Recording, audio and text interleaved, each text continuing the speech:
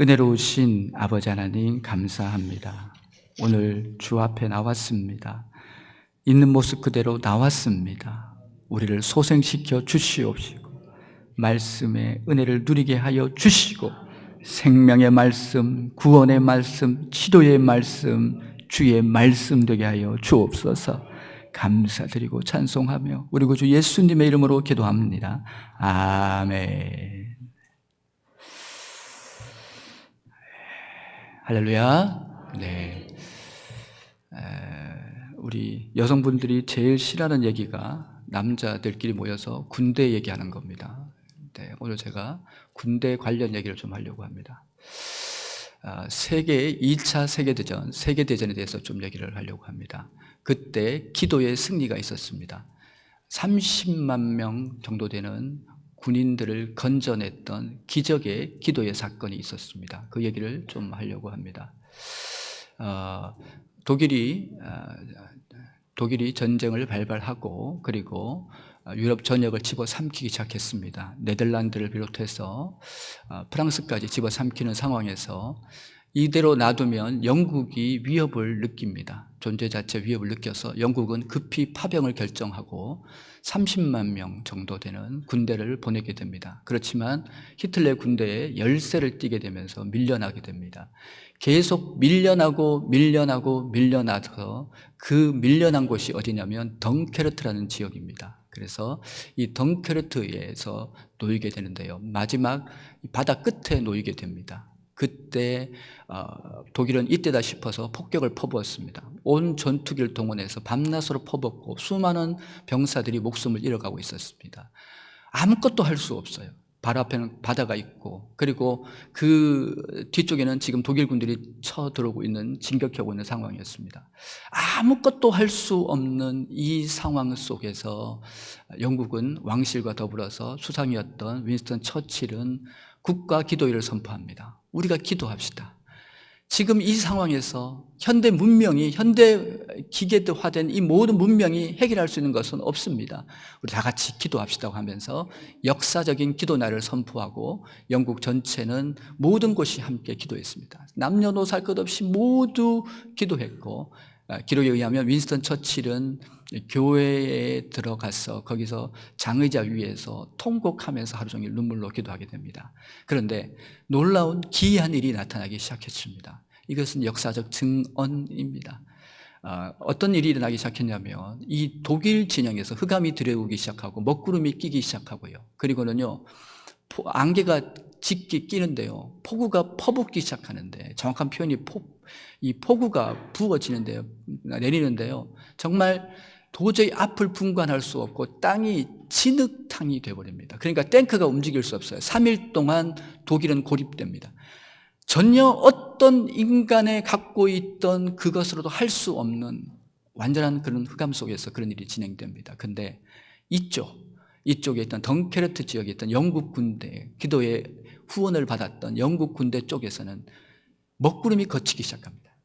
신비하게 먹구름이 쫙 걷히면서 화창해 되는 거예요. 그리고는요, 이 순간을 놓칠 수 없죠. 영국에서는요, 낚싯배까지 동원합니다.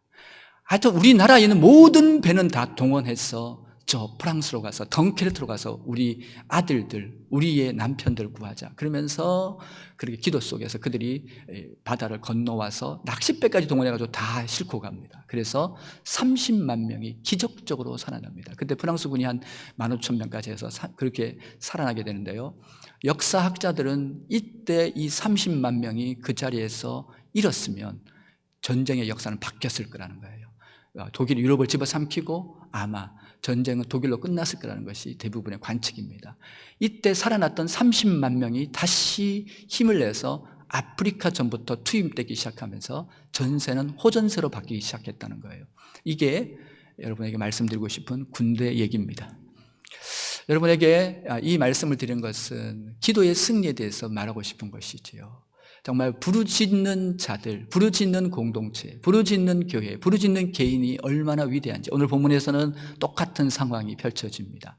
앞에는 홍해가 있어요. 그리고 뒤에는 지금 애국 군대가 먼지를 펄펄 일으키면서 당시 애국 군대는 세계 최강국의 군대입니다. 최정예 군대입니다. 한마디로 얘기해서 병거까지 끌고 왔으니까, 병거 부대니까요. 이 병거 한 대의 가치는 지금의 탱크 한 대의 가치와 맞먹는다고 합니다. 그만큼 강력했던 그 군대지가 이제 먼지를 펄펄 일으키면서 쫓아오고 있어요. 지금 성경은 뭐라고 얘기합니까? 애굽 이 군대가 쫓아오고 앞에는 시퍼런 홍해가 있는, 홍해수가 있는 이 상황. 마치 그리고 그 지형이 독 같은 형태로 돼 있어서 양옆으로도 갈 수 없는 상황이었습니다. 그런 상황 속에서 성경은 이스라엘 백성들이 심히 두려워했다라고 얘기합니다. 근데 이 모든 상황 가운데서 한 사람, 이스라엘 민족은 부르짖는 것 같았지만 그건 형식적이었고요. 다시 바로 원망과 불평으로 돌아서게 되면서 얼마나 머리 좋은 사람들이니까 원망 불평 시리즈도 머리가 너무 좋게 원망 불평해요. 기가 막히게 원망 불평을 합니다. 사람이요, 원망 불평을 하려고 하면 끝이 없습니다. 원망 불평을 하면 우리 인생 가운데서 이 원망 불평거리가요 사정없이 너무 많습니다. 그런데 지금 이 상황 가운데서 한 사람은 부르짖고 있습니다. 모세는 부르짖고 진실하게 부르짖고 갔을 때 이 한 사람을 통해서 하나님은 그의 일을 하셨습니다. 그리고 그의 능력을 보여주셨습니다. 하나님 나라는 물량주의가 아니에요. 숫자에 있지 않습니다. 하나님 나라는 진실한 한 성도, 진실히 하나님을 찾는 그 한 성도의 가치가 천하보다 귀하다고 말씀합니다. 지금 그렇게 부르짖고 갔는데요, 하나님의 역사가 시작되죠. 두려움에 대해서 말하고 합니다. 너희는 내게 부르짖으라.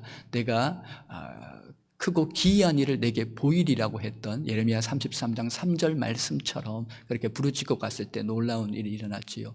두려워 말라. 내가 두려워하지 말라고 말합니다. 두려워 말라. 내가 너와 함께함이라. 놀라지 말라. 나는 내 하나님이 됨이라. 내가 너를 굳세게 하리라. 나의 의로운 오른손으로 너를 붙들리라. 주님께서 이사야를 통해서 말씀하십니다. 내가 사망의 음침한 골짜기로 지나더라도 두려워하지 않을 것은 주께서 나와 함께 하심이라. 시편 23편의 말씀입니다. 오늘 여러분에게 지금 이 두려움에 대해서 얘기를 하려고 하는데요. 이제 적당한 두려움은 우리 생을 유지시키는 힘이 있다 합니다. 그리고 계획하게 하고 준비하게 하는 힘이 이 두려움 가운데 있지만, 과도한 두려움은 우리의 삶을 망가뜨립니다. 판단력을 잃게 하고 우리의 삶을 좌초시키면서 우리의 삶을 무너뜨리는 것이 바로 이 두려움, 과도한 두려움이 주는 해악이라고 얘기합니다. 그래서 실제로 2차 대전 때 죽었던 사람들이, 또 이제 전쟁 얘기를 합니다만 2차 대전 때 죽었던 사람들이 5천만 명에서 6천만 명이 죽었습니다. 그런데 한 나라에서 자기 남편과 아들 군대 보내서 죽었던 사람이 30만 명이 죽었는데, 실제로 그 30만 명 때문에 걱정하고 근심해서 너무너무 그 미래가 두려워서 죽은 사람이 그들의 부모를 중심으로 해서 통계에 의하면 100만 명이 죽었다고 합니다. 그러니까 실제로 두려움보다 더 무서운, 두려워하는 그것은요, 우리가 상황을 예측이 안 되기 때문에 두려워하고 그렇게 되겠습니다만은, 이 두려움보다 더 무서운 것이 무엇이냐면, 이 두려움이 이게 두려워하는 이것보다 정말 더 우리가 경계해야 될 것은 이 두려움이 주는 이 파급이라는 것이죠. 두려움 그 자체가 중요하다는 것입니다. 그래서 성경에서 디모데후서 1장 7절에서는 그렇게 얘기합니다. 내가 너에게 하나님이 주시는 것은 두려워하는 마음이 아니라고 그렇게 얘기합니다. 우리는 이 모든 두려움을 기도로 바꾸기 시작해야 될 줄 믿습니다. 우리 믿음의 사람은 정말 아무것도 두려워하지 말고, 아무것도 두려워 말라. 그래서 우리 이 모든 두려움을, 여러분, 정말 모든 것을 기도로 바꾸기를 시작할 때 우리의 삶에서는요, 삶에서 새로운 하나님의 역사가 시작되는 단초가 거기서부터 발견될 줄 믿습니다. 그래서 우리의 삶의 이 걸음걸음마다 기도하기를 시작할 때 하나님의 놀라운 일들이 찾아오기 시작한다는 것이죠. 그렇게 해서 부르짖고 갑니다. 매달리고 갑니다. 그럴 때마다 오늘 우리의 삶의 그 어떤 상황 속에서도 우리와 동행하시고 함께하시고 축복하시는 하나님의 각별하고 놀라운 은혜가 우리 삶 가운데 따라붙게 되는 줄 믿습니다. 오늘 오늘 여호와께서 싸우시리니라고 제목을 정했습니다. 이 싸우신다는 이 의미를 세 가지로 나눠보면 그렇습니다. 첫 번째는 우리와 싸워주신다는 이 의미는, 여호와께서 싸우신다는 의미는 우리를 변함없이 사랑하신다는 것입니다.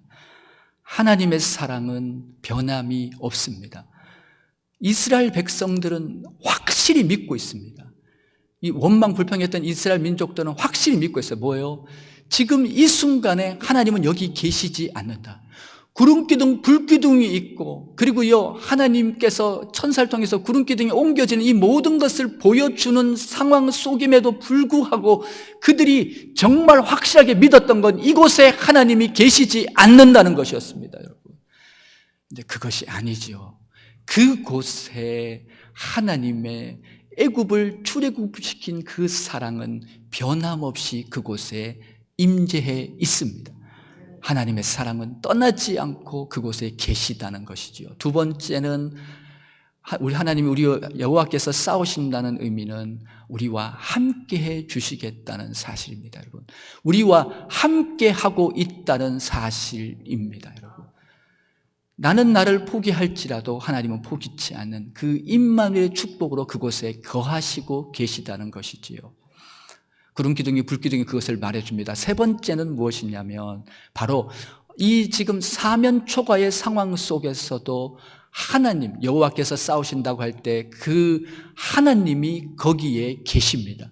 하나님이 그곳에 계시면 생명의 역사가 나타날 줄 믿습니다. 하나님이 그곳에 계시기 때문에 그곳에서는요, 우리가 말하는 도저히 불가능한 상황이 가능한 상황으로 바뀌게 될 줄 믿습니다. 이게 하나님께서 열어주시는 이 일이 신묘막측한 것이지요.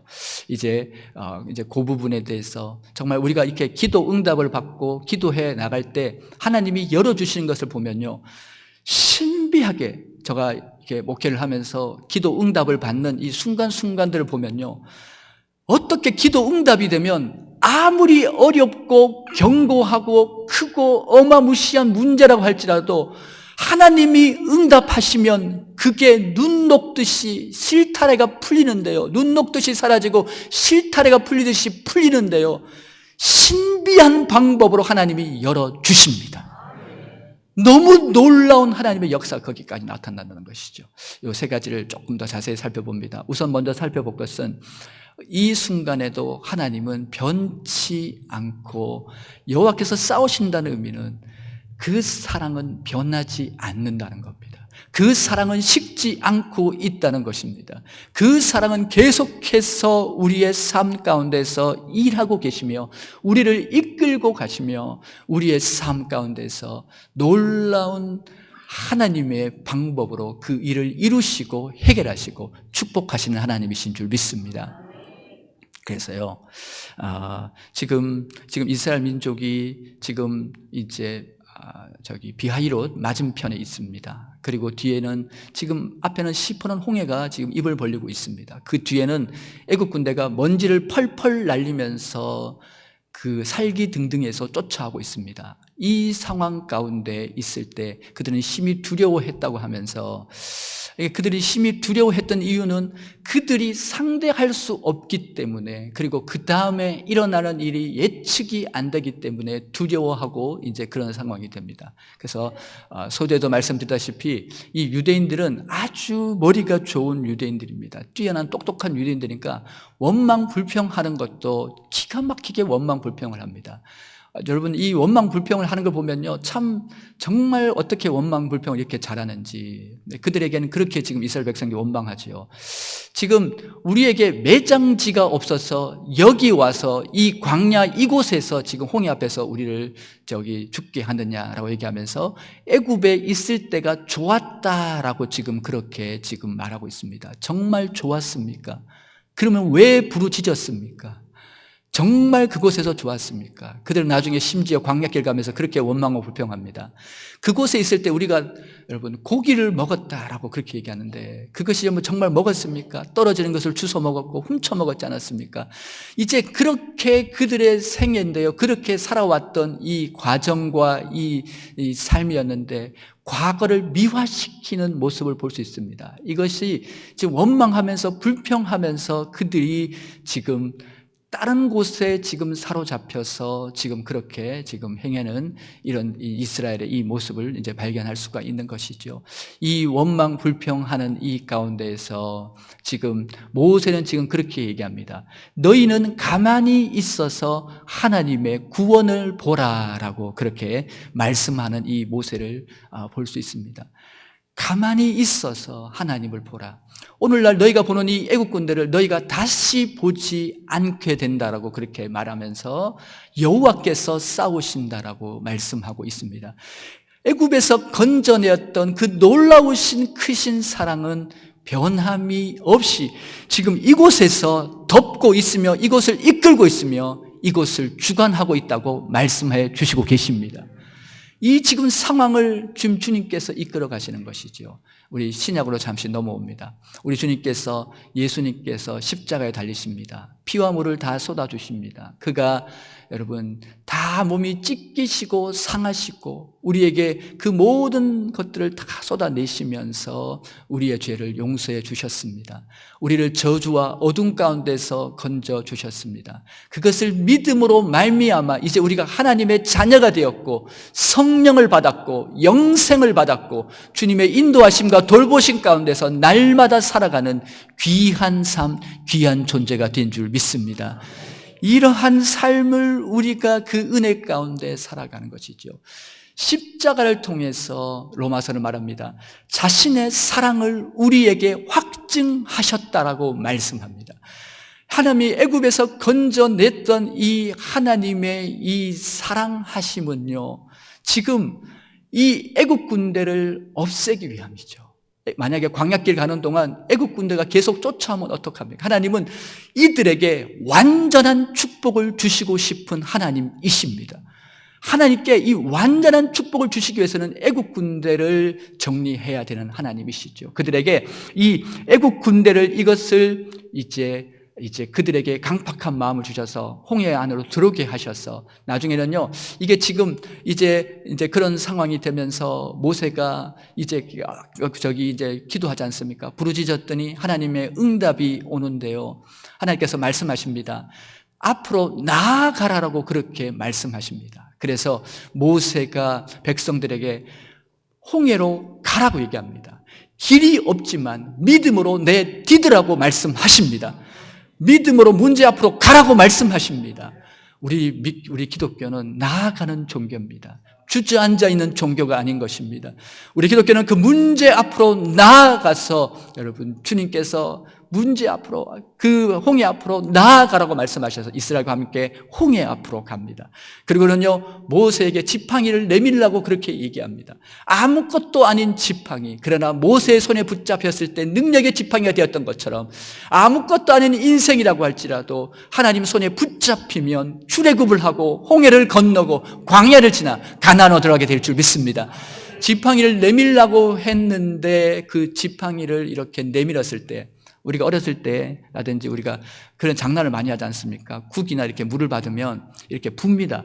뜨거운 거 후 불면은 이게 물이 이렇게 국물이 이렇게 반이 이렇게 나눠져요. 조금 나눠져요. 그런데 지금 이 상황은요, 위로부터 능력의 우리 하나님 야훼의 성령의 바람, 그 바람이 불기 시작했어요. 은혜의 바람, 능력의 바람이 부니까요, 이 홍해가요, 그 동풍이 불기 시작하니까요, 나누어지기 시작하는데요, 아주 강한 바람에 의해서 이렇게 두 개로 이렇게 나누어지게 됩니다. 이렇게 쪼개지게 되면서 이 바람이 너무 강하니까 그 바닥이 바짝 말라버립니다. 그래서 오늘 본문에 보면 너희가 마른 땅을 건너가게 되는 것이지요. 이것도 지나가는 것도 보통 믿음이 아닌데 지금 이 이스라엘 민족 그 순간은 이 성령의 충만해서 이 마른 땅을 건너서 지나가게 됩니다. 그리고 그들이 다 건너갔을 때 여러분, 애국 군대가 그것을 보고 강박한 마음을 줘서 그 안으로 이제 들어오게 되지요. 그 안으로 들어왔을 때 모세가 여러분 이렇게 다시 지팡이를 내밀게 되었을 때 물이 그들을 집어삼키죠. 단 한 명도 남기지 않고 모두 집어삼키는 완전한 승리를 주시게 됩니다. 하나님은 크신 하나님이십니다. 우리의 삶에 우리를 사랑하시는 그 길은 우리보다 더 크신 하나님, 우리의 삶에 왜 이런 일이 일어나야 되는지, 우리의 삶에, 우리의 가정에, 우리 교회, 우리 민족에 왜 이런 일이 일어나야 되는지, 그것보다 하나님은 정확히 더 큰 은혜와 더 큰 축복과 더 큰 영광으로 우리를 인도해 가시는 손길이셨습니다. 그분은 정확하십니다. 그분은 변하지 않으셨습니다. 그분은 한결같았습니다.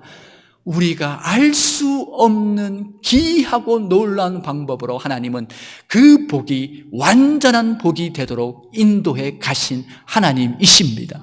그래서 많은 우리 믿음의 선배들은 고난 중에 찬송했습니다. 우리 믿음의 선배들은 사자굴에서도 그리고요 풀무불 속에서도 그 어떤 상황 속에도 찬송할 수 있었던 것은 이 변치 않으시는 하나님의 신실하심 때문이었습니다.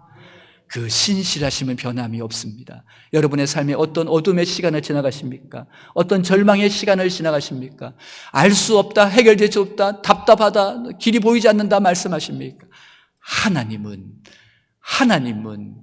우리보다 크신 하나님은, 전능자이신 하나님은 새 일을 준비하고 계십니다. 그 하나님을 신뢰하십시오. 그 하나님을 바라보십시오.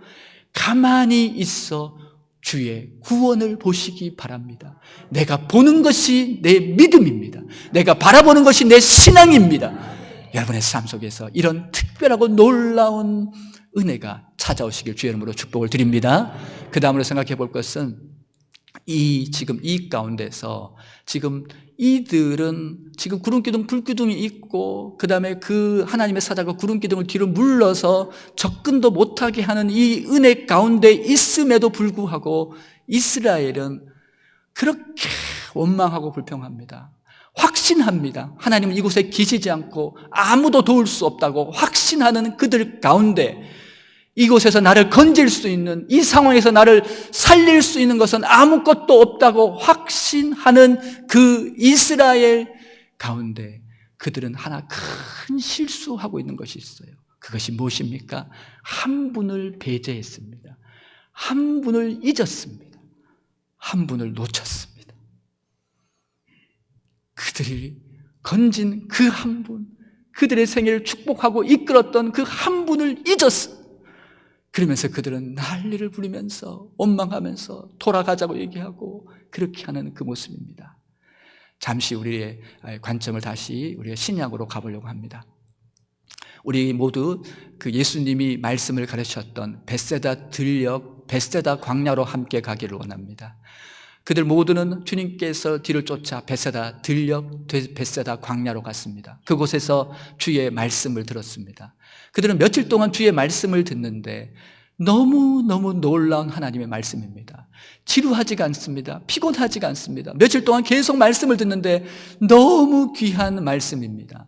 그래서 여러분, 우리가 천국에 가면 이 귀한 말씀을 영원토록 듣기에 우리는 너무 감사한 줄 믿습니다.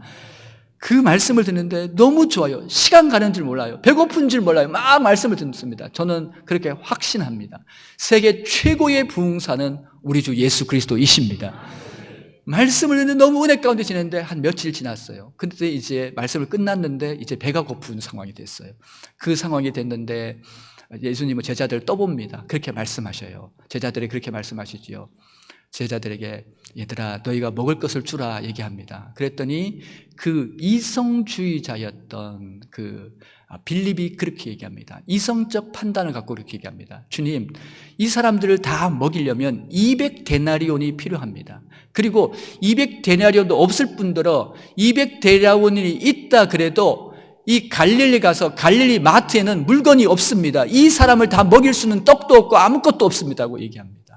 철저하게 논리 중심, 이성 중심이었죠. 근데 그 순간에 안드레를 통해서 도시락 하나가 배달됩니다. 그 도시락은 한 아이가 드리는 헌신하는 헌신의 사랑이 거기 담긴 도시락이었습니다. 그 도시락에는 물고기 2마리와 보리떡 5개가 그 안에 담겨 있었습니다. 가난한 자들의 음식이죠. 당시에 너무 가난했던 그들에게 이 물고기 2마리와 보리떡 5개인데요.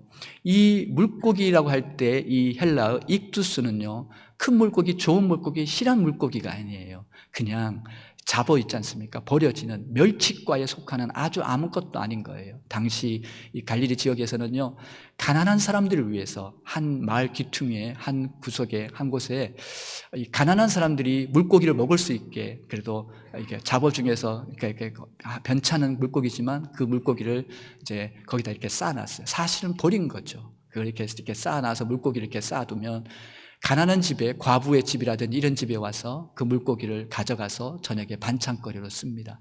그 물고기입니다. 아무것도 아닌 그 물고기예요. 그런데 엄마는 오늘 일하러 갑니다. 어머니는 가난했기 때문에 어쩔 수 없이 일하러 가지만 아들의 손을 붙잡고 얘기합니다. 얘야, 너는 은혜 받아야 된다. 엄마는 일하러 가지만 너는 예수님께 가서 은혜 받아야 살 수 있으니까 은혜 도시락 싸줄 테니까 도시락 먹으면서 가서 은혜 받아라고 얘기합니다. 그래서 얘가 그 도시락을 가지고 오게 된 것이죠. 지혜로운 어머니십니다. 그렇게 하면서 얘가 이 도시락을 갖고 와서 말씀을 듣다 보니까 시간 간지 몰랐어요. 그리고 나중에 나보다 예수님을 생각하시면서 예수님이 배고프시게 하면서 이 도시락을 내놓는 그 도시락이죠. 그 가난자들의 식탁에 올랐던 그 보리떡 5개와 물고기 2마리였지만 우리 주님이 천국 잔치를 벌이기에는, 베세다 축복의 잔치를 벌이기에는 충분했습니다. 우리 주님이 떡을 떼시는데, 물고기를 잘라서 주시는데 계속 부족하지 않습니다. 계속 남습니다. 계속 나옵니다. 주님이 계신 곳에는 은혜와 기적과 충만한 능력이 넘쳐나는 줄 믿습니다. 은혜와 풍성한 사랑이 넘쳐나는 것을 이렇게 경험합니다. 그리고는요, 이제 그렇게 은혜를 이렇게 누리게 되는데, 그들이 그렇게 그곳에서 원 없이 먹었는데도 12광주리가 남았다라고 그렇게 성경은 기록하고 있습니다.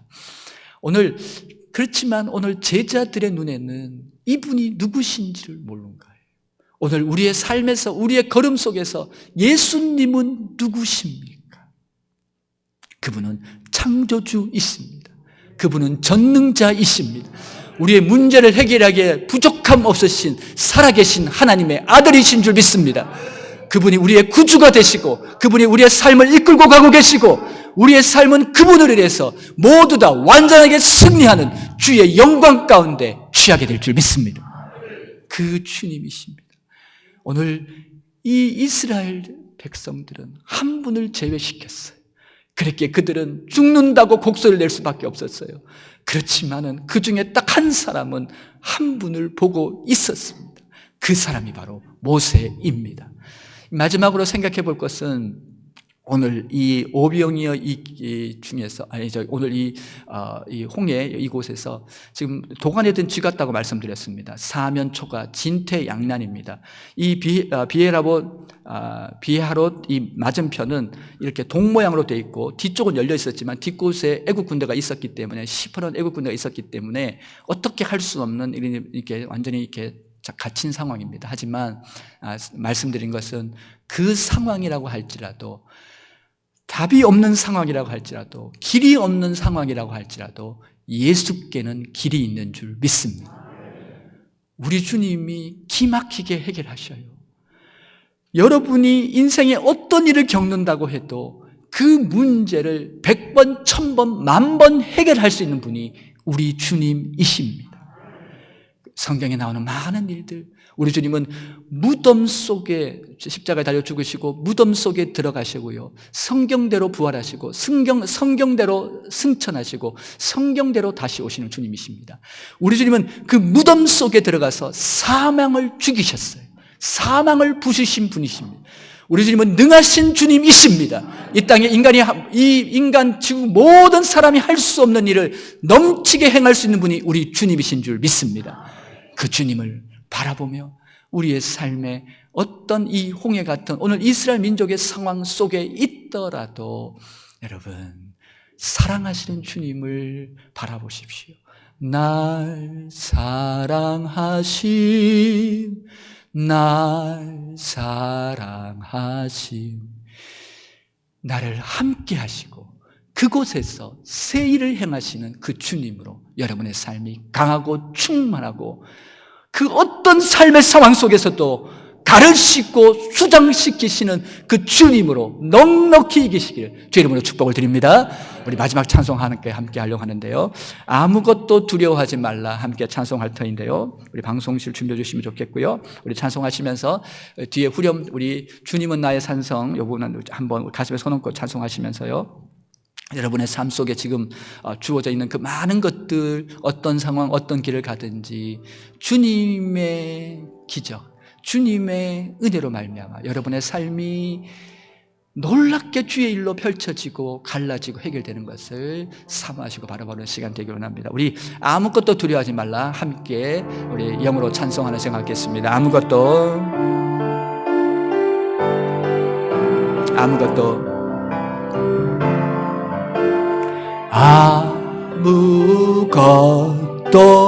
두려워 말라. 주 나의 하나님이 지켜주시네. 놀라지 마라, 겁내지 마라. 주님 나를 지켜주시. 내 맘이 힘에 겨워 지칠지라도 주님 나를 지켜주시네. 세상의 험한 풍파 몰아칠 때도 주님 나를 지켜주시네. 주님은 나의 산성, 주님은 나의 요새, 주님은 나의 소망, 나의 힘이 되시며. 우리 가슴에 손을 꽂고 주님은 주님은 나의 산성, 주님은 나의 요새, 주님이 나의 소망, 나의 힘이 되신 여호와. 아멘. 우리 시간 주의 한번 외치고 기도하실 때요, 말씀을 생각하시면서 여러분이 혹시 홍해 앞에 놓였습니까? 뒤에는 애국 군대가 쫓아오고 있습니까? 이제 함께 주님을 바라보시길 원합니다. 그 구원의 주님을 바라보길 원합니다. 나를 사랑하셔서 독생청자 예수님을 내어주신 그 사랑의 주님, 모든 것을 바뀌게 하시고 슬픔이 변하여 기쁨이 되게 하시고 모든 상황을 바꾸어 춤이 되게 하실 주님을 함께 바라봅시다. 주여 한번 외치고 기도합니다. 주여, 아버지 아버지 아버지 아버지 아버지 아버지 아버지,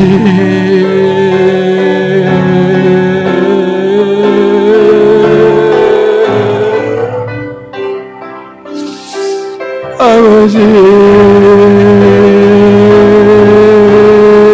아버지 하나님, 아버지 하나님, 우리와 함께 하심을 믿습니다. 주님, 나는 약해도, 나는 아무것도 아니어도, 나는 아버지 하나님 망가지고 부서져도 주님 안에는 길이 있고 주님 안에는 답이 있는 줄 믿습니다.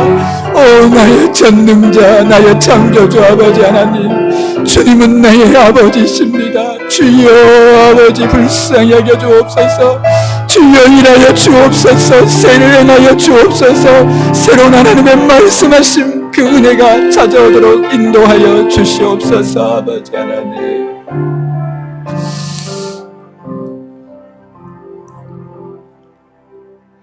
은혜로우신 아버지 하나님 감사드립니다.